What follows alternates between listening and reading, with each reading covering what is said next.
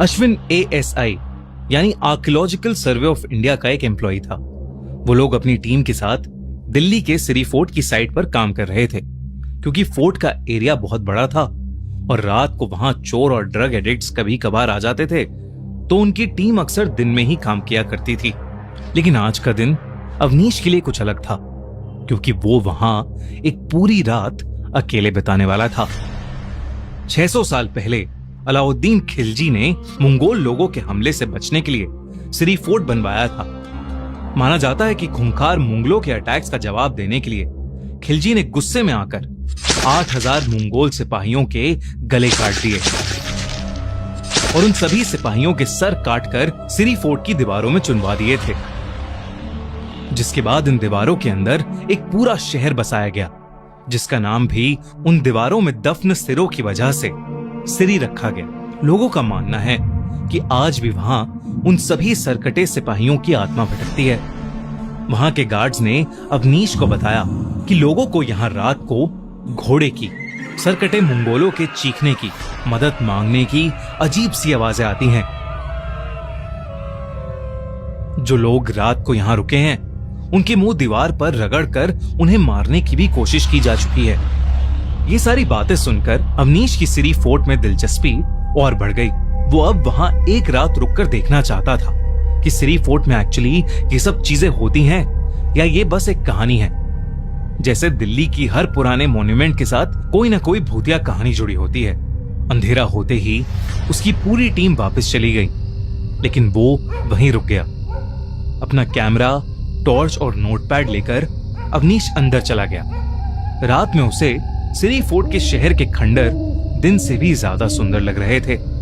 उसे विश्वास ही नहीं हो रहा था कि इतनी सुंदर दीवारों के अंदर अलाउद्दीन खिलजी ने 8000 मंगोल सिपाहियों के सर काटकर चुनवा दिए थे। मस्जिद क्रॉस करके वो सबसे पहले बनी दीवार के कोने की तरफ चल पड़ा। वो रास्ता झाड़ियों से भरा था और अब उसके चारों तरफ रूह कपकपाने वाली शांति फैल गई थी। उसे अब उस दीवार के खंडर दिखने शुरू हो गए थे। उसे ऐसा लगा कि उसे किसी की मदद मांगने की आवाज आ रही है। उसे लगा कि शायद डोर से कहीं किसी की आवाज गूंज रही होगी। तो अवनीश ने उस पर ज्यादा ध्यान नहीं दिया, लेकिन उसने जैसे ही अपना कैमरा ऑन किया तो उसकी फ्लैश से आगे की दीवारें भी दिखने लगीं, जिसमें उसे अचानक से दीवार के अंदर धंसा हुआ एक कटा हुआ सर दिखा। अवनीश घबरा गया। उसने कैमरा हटाकर दीवार की तरफ देखा, लेकिन वहां कोई नहीं था। जब उसने वापस कैमरे में देखने की कोशिश की तो उसका कैमरा अचानक बंद पड़ गया। अवनीश को यह बात बहुत अजीब लगी, क्योंकि जब वो वहां आया था तो उसके कैमरे की बैटरी फुल थी। वो अपने कैमरे को ऑन करने की कोशिश कर ही रहा था कि तभी उसे थोड़ी दूर से घोड़ों के चिल्लाने और दौड़ते हुए कदमों की आवाजें आने लगीं। अवनीश ने एक कहानियों में सुना था कि रात को सिरी फोर्ट जिंदा हो जाता है। वहां की दीवारें उस जमाने का एक भ्रम बनाने लगती हैं और वो मरे हुए मंगोल अपने ही तरह लोगों को सिरी फोर्ट की खंडर हुई दीवारों में कैद कर लेते हैं। इसलिए जब उसने वो आवाज सुनी तो अवनीश ने सोचा कि सिरी फोर्ट से निकलना ही बेटर होगा। इसलिए अवनीश वहां से जाने लगा, लेकिन उसे बाहर निकलने का रास्ता मिल ही नहीं रहा था। वो जिस भी डायरेक्शन में जाता था वो उसी दीवार के पास घूमकर वापस आ रहा था। उसका फोन भी बंद हो चुका था। अवनीश वहां खड़ा चिल्लाने लगा, लेकिन उसके चिल्लाने के बाद भी कोई उसे सुन नहीं पा रहा था। अवनीश बहुत ज्यादा घबराने लगा। वो आवाजें रुक ही नहीं रही थीं। किसी तरह उसने अपनी सारी जान लगाई और उस दीवार से उल्टी डायरेक्शन में बिना रुके भागने लगा।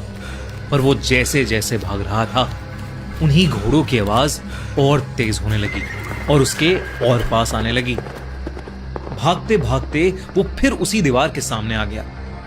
तभी एकदम से उसे दिखा कि उसी दीवार से एक कटा हुआ सर बाहर निकलने की कोशिश कर रहा है।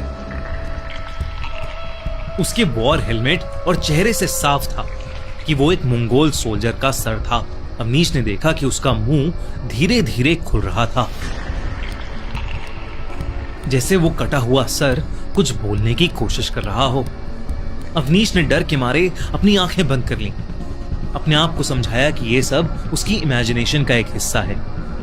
लेकिन जब उसने आंखें खोली तो उसका खून सूख गया, क्योंकि अब उसके सामने एक नहीं बल्कि कई कटे हुए सर दीवारों से निकलकर उसको घूर रहे थे और दर्द से चिल्ला रहे थे।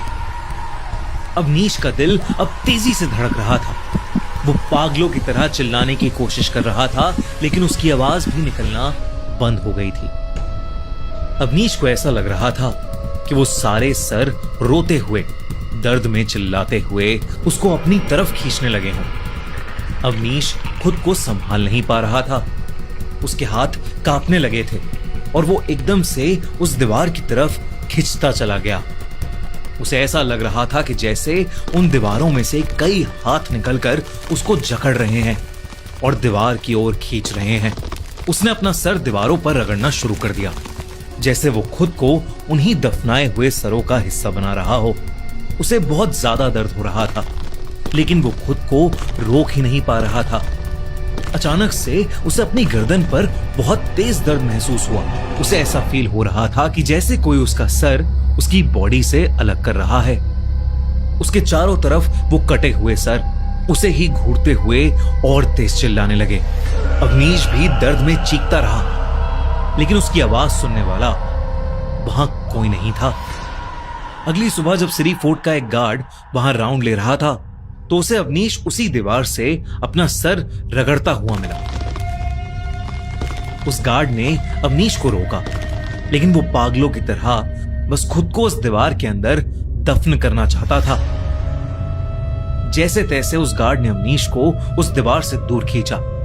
अवनीश उस दीवार से दूर जाते ही नीचे गिर गया और एकदम से बेहोश हो गया। कुछ देर बाद अवनीश की आंखें हॉस्पिटल में खुली। उसने सबको अपने साथ हुई घटना के बारे में बताया। सब लोग अवनीश का एक्सपीरियंस सुनकर शॉक थे। उस दिन के बाद से अवनीश ने कभी वापस मुड़कर सिरी फोर्ट को नहीं देखा। सिरी फोर्ट के वो खंडर अभी भी वही हैं। आसपास के इलाकों में जिंदगी दिन रात चलती रहती है, लेकिन सिरी फोर्ट की दीवारों में वो मंगोल सिपाही आज भी वहां आपको अपने ही जैसे उन दीवारों में दफनाने का इंतजार कर रहे हैं।